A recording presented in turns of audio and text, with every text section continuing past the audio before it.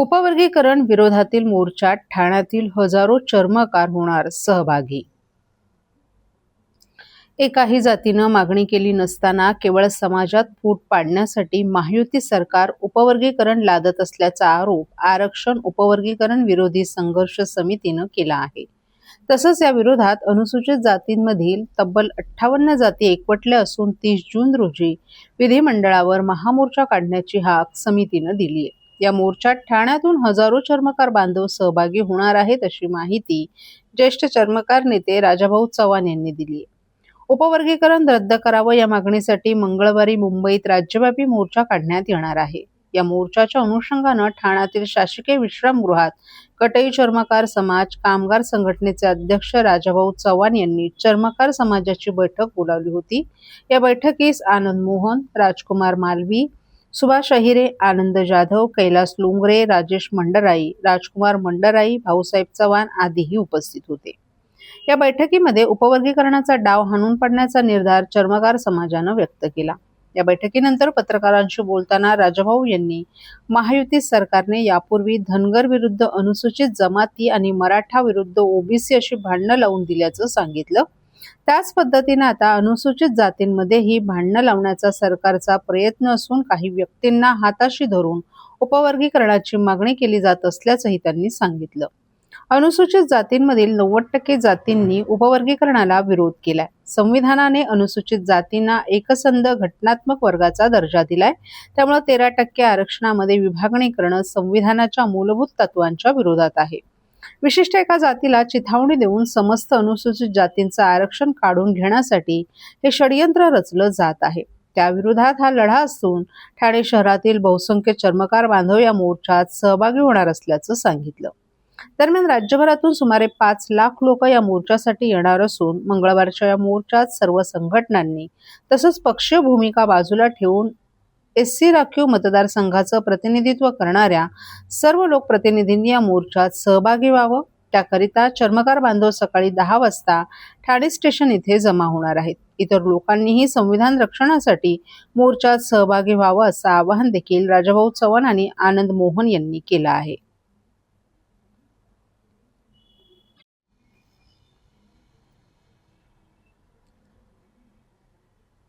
उपमुख्यमंत्री एकनाथ शिंदे यांच्या नेतृत्वाने शिवसेनेला नवी धार, राष्ट्रवादीच्या पदाधिकाऱ्यांचा शिवसेनेत प्रवेश. राज्याच्या राजकारणात उपमुख्यमंत्री तथा शिवसेनेचे मुख्य नेते एकनाथ शिंदे यांच्या नेतृत्वाचा प्रभाव अधिकाधिक दृढ होत असल्याचं चित्र पुन्हा एकदा समोर आले. राज्यभरातून लोकप्रतिनिधी, विविध समाज घटक आणि विविध पक्षातील पदाधिकाऱ्यांचा शिवसेनेकडे वाढता ओघ कायम असतानाच राष्ट्रवादी काँग्रेसच्या अनेक प्रमुख पदाधिकाऱ्यांनी शिवसेनेत जाहीर प्रवेश केल्यानं त्या पक्षाला मोठा राजकीय धक्का बसल्याची चर्चा रंगली. बाळासाहेब ठाकरे आणि धर्मवीर आनंद दिघे यांच्या विचारांवर विश्वास व्यक्त करत शिवसेनेत होत असलेले सलग प्रवेश हे शिंदे यांच्या नेतृत्वावरील वाढत्या जनविश्वासाचे आणि शिवसेनेच्या झपाट्यानं वाढणाऱ्या संघटनात्मक ताकदीचं आणखीन एक ठळक उदाहरण मानलं जात आहे. ठाण्यात नांदेड जिल्ह्यातील लोकप्रतिनिधी, पदाधिकाऱ्यांनी सकल मातंग समाजाच्या कार्यकर्त्यांचा जाहीर प्रवेश सोहळ्यात बोलताना शिंदे यांनी खासदार भाऊसाहेब वागचौरे यांचं स्वागत आणि अभिनंदन केलं. बाळासाहेब ठाकरे आणि धर्मवीर आनंद दिघे यांच्या विचारांनी प्रेरित होऊन 6 खासदारांनी शिवसेनेत प्रवेश केल्याचं सांगत त्यांनी या प्रवेशामुळे पक्ष अधिक बळकट झाल्याचंही नमूद केलं. यावेळी सकल मातंग समाजाचे नेते तथा राष्ट्रवादी काँग्रेसचे जनरल सेक्रेटरी मारुतीराव वाडेकर यांच्यासह त्यांच्या विविध पदाधिकारी आणि कार्यकर्त्यांनीही शिवसेनेत जाहीर प्रवेश केला. त्यांचे स्वागत उपमुख्यमंत्री एकनाथ शिंदे यांनी केलं. राष्ट्रवादी काँग्रेसचे सचिव ॲडव्होकेट राम चव्हाण, राष्ट्रवादी काँग्रेसचे ईशान्य मुंबईचे अध्यक्ष सुरेश साळवे, सुदाम धुपे, राजेंद्र अडागळे, बाबूराव आंबेगावे, विष्णुराव गवळी, अरुण सूर्यवंशी, माजी सरपंच रामचंद्र पाटील, बालाजी पाटील, राष्ट्रवादी काँग्रेसचे मुंबई सचिव गुलाबराव अण्णाभाऊ साठे, अविनाश जेटे यांच्यासह अनेक पदाधिकारी आणि कार्यकर्त्यांनीही शिवसेनेत जाहीर प्रवेश केला. आमचा अजेंडा खुर्ची नाही तर सर्वसामान्य नागरिकांचा विकास आहे. आम्ही आजही एक टीम म्हणून काम करत असल्याचं त्यांनी स्पष्ट केलं. ठाणे जिल्हा मध्यवर्ती सहकारी बँकेच्या निवडणुकीत शिवसेना समर्पित पॅनलला मिळालेल्या बहुमताबद्दल त्यांनी विजयी सदस्यांचंही अभिनंदन केलं.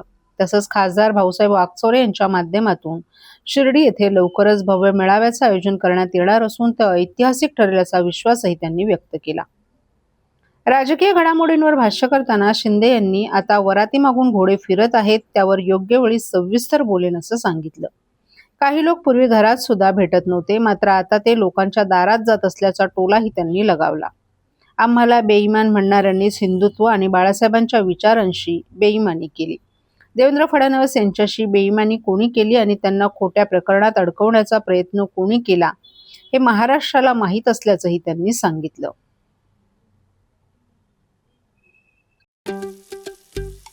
दादा, दात घासताय ना, मग पाणी का वाया घालवताय?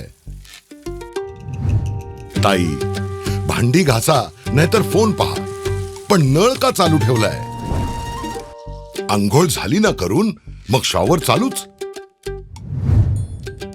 कपडे धुताय पण पाणी वाया जात आहे, त्याचं काय? गाडी अशी धुताय आणि उद्या पाणी कायमचं संपलं तर? पाण्यासाठी किती जणांची वणवण होते. कित्येक कुटुंबांना तर पाणी मिळतही नाहीये. पाणी बोलत नाही, पण आपण त्याची किंमत जाणली पाहिजे.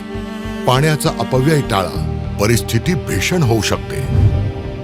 प्रत्येक थेंब जपा, पाणी वाचवा. पाणी ही निसर्गाची देणगी आहे.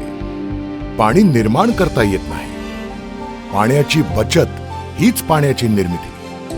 ठाणे महानगरपालिकेतर्फे जनहितार्थ जारी.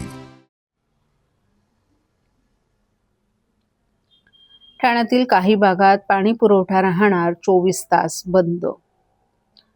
ठाणे महानगरपालिकेस मेसस टेम प्राधिकरणाकडून पाणी पुरवठा होत असून संभाव्य पाणी टंचाईचे संकट विचारात घेता जलसंपदा विभाग, पाटबंधारे कळवा यांनी निर्देश दिले आहेत. त्यानुसार बुधवारी 1 जुलै रोजी सकाळी 9 ते गुरुवारी दिनांक 2 जुलै रोजी सकाळी 9 वाजेपर्यंत 24 तासांचा पाणी पुरवठा बंद ठेवावा असं स्टेम प्राधिकरणानं कळवले.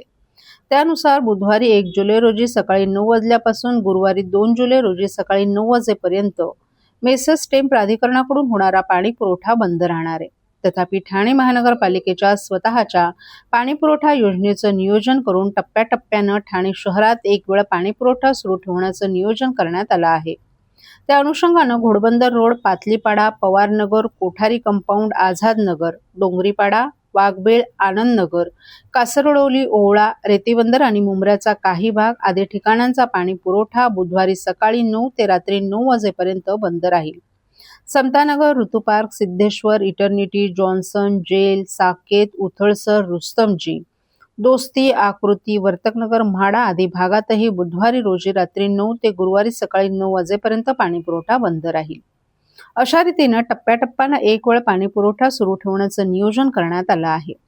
या शटडाऊनमुळे पाणी पुरवठा पूर्वपदावर येईपर्यंत पुढील 1 ते 2 दिवस कमी दाबाने पाणी पुरवठा होण्याची शक्यता आहे. तरी नागरिकांनी पाण्याचा योग्य तो साठा करून ठेवावा आणि ठाणे महानगरपालिकेस सहकार्य करावं असं आवाहन ठाणे महानगरपालिकेच्या वतीनं करण्यात आले.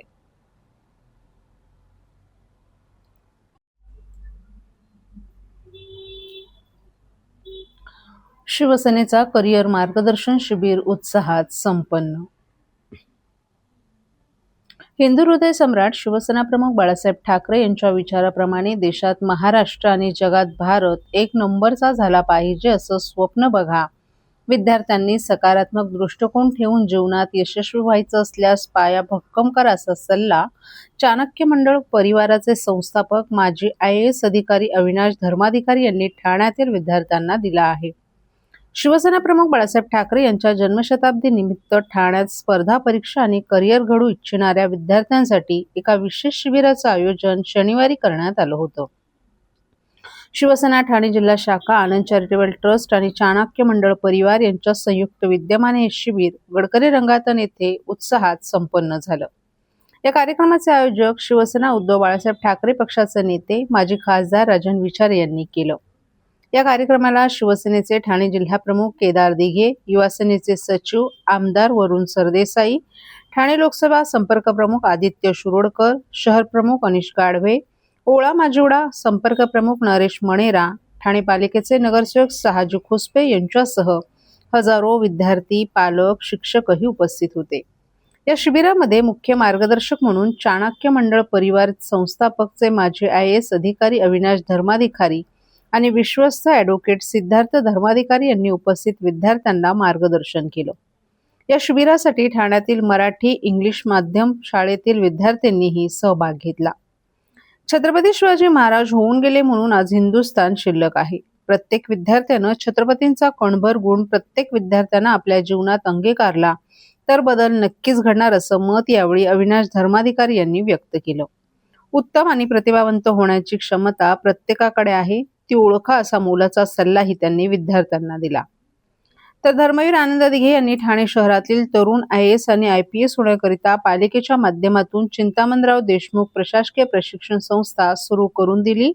तोच वसा पुढे चालू ठेवण्यासाठी करिअर मार्गदर्शन शिबिर आयोजित करण्यात येत असल्याचं शिवसेनेचे नेते राजन विचारे यांनी सांगितलं.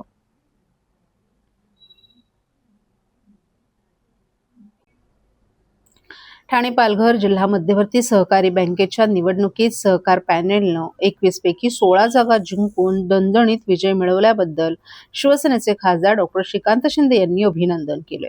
शिवसेना मुख्य नेते आणि राज्याचे उपमुख्यमंत्री एकनाथ शिंदे यांच्या रणनीतीने सहकार पॅनलची निवडणुकीत सरशी झाली. सहकार पॅनलच्या माध्यमातून निवडून आलेले संचालक ठाणे आणि पालघर जिल्ह्यात महिला, शेतकरी, बचत गट, स्वयंसहाय्यता गटांसाठी काम करतील असा विश्वासही खासदार शिंदे यांनी व्यक्त केलाय. ठाण्यात आयोजित पत्रकार परिषदेत ते बोलत होते. यावेळी सहकार पॅनलचे विजयी उमेदवार तसंच बहुजन विकास आघाडीचे माजी आमदार क्षितिज ठाकूर, माजी आमदार राजेश पाटीलही उपस्थित होते. सहकार पॅनलला शिवसेनेचे मुख्य नेते, राज्याचे उपमुख्यमंत्री एकनाथ शिंदे, आमदार किसन कथोरे, बहुजन विकास आघाडीचे अध्यक्ष हितेंद्र ठाकूर, खासदार बाळामामा म्हात्रे यांनी पाठिंबा दिला होता. निवडणुकीत सहकार पॅनलच्या उमेदवारांवर बँकेच्या सभासदांनी विश्वास दाखवला, त्याबद्दलही खासदार डॉ. श्रीकांत शिंदे यांनी मतदारांचे आभार मानले. राज्यात सहकार वाढला पाहिजे, सहकारातून समृद्धी साधण्यासाठी उपमुख्यमंत्री एकनाथ शिंदे यांनी सहकार पॅनलला मार्गदर्शन केलं. उपमुख्यमंत्री शिंदे निवडणुकीतील विजयी रणनीतीवर काम केलं. ठाणे जिल्ह्यातल्या जागांसाठी त्यामुळे बहुतांश जागा बिनविरोध झाल्या होत्या. वसई तालुक्यात सहकार पॅनलसाठी एक हाती मतदान झालं, त्याबद्दलही खासदार डॉ. श्रीकांत शिंदे यांनी बहुजन विकास आघाडीचे माजी आमदार क्षितिज ठाकूर यांचा पुष्पगुच्छ देऊन सन्मान केला. आज थाने पालघर जिला सहकारी बैंक का चुनाव, उसका आज रिजल्ट था और इस बैंक के चुनाव में सहकार पैनल के 21 में से 16 डायरेक्टर्स चुनकर आए। मैं सभी को बहुत बहुत बधाई देता हूँ, सभी का अभिनंदन करता हूँ और आने वाले समय के लिए शुभकामनाएं देखिल देता हूँ कि इन सबके माध्यम से, सभी के माध्यम से इस बैंक का कार्य जो गए कई सालों से, यही लोग हैं जो बैंक को कई सालों से चला रहे हैं। जो 6,000 जिसका टर्नओवर था उसका 12,000 टर्नओवर करने का काम यही सभी लोगों ने किया। आज आने वाले समय में 12,000 का 24,000 कैसे हो और लोगों को ज़्यादा से ज़्यादा सुविधा कैसे मिले, लोगों को महिला बचत गट हो, युवा हो या किसान हो, ज़्यादा से ज़्यादा इस बैंक से जुड़े हैं और ज़्यादा से ज़्यादा लोगों को एम्प्लॉयमेंट देने का काम इस बैंक के माध्यम से हुआ है। तो आने वाले समय में और अच्छा काम इस बैंक के माध्यम से होगा।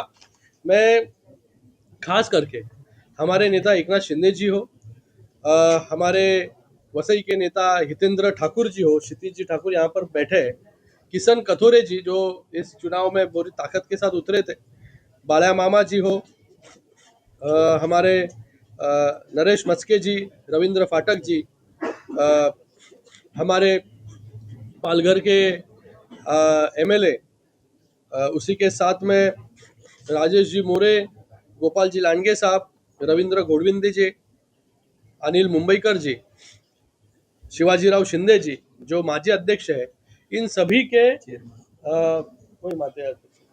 आणि त्याचबरोबर राजेंद्र पाटिल जी, सभी के अगुवाई में ये चुनाव लड़ा गया और बड़ी भारी मतों से ये चुनाव जीता गया। 21 में से 16 डायरेक्टर्स यहाँ पर चुनकर आए जो यहाँ पर सभी उपस्थित है। तो एक बड़ी जीत इस चुनाव में सहकार पैनल की हुई है तो आने वाले समय में अच्छा काम सहकार पैनल के माध्यम से ये सभी संचालक इन सभी नेताओं के अगुवाई में करेंगे। सर यूपीडी के नेता आज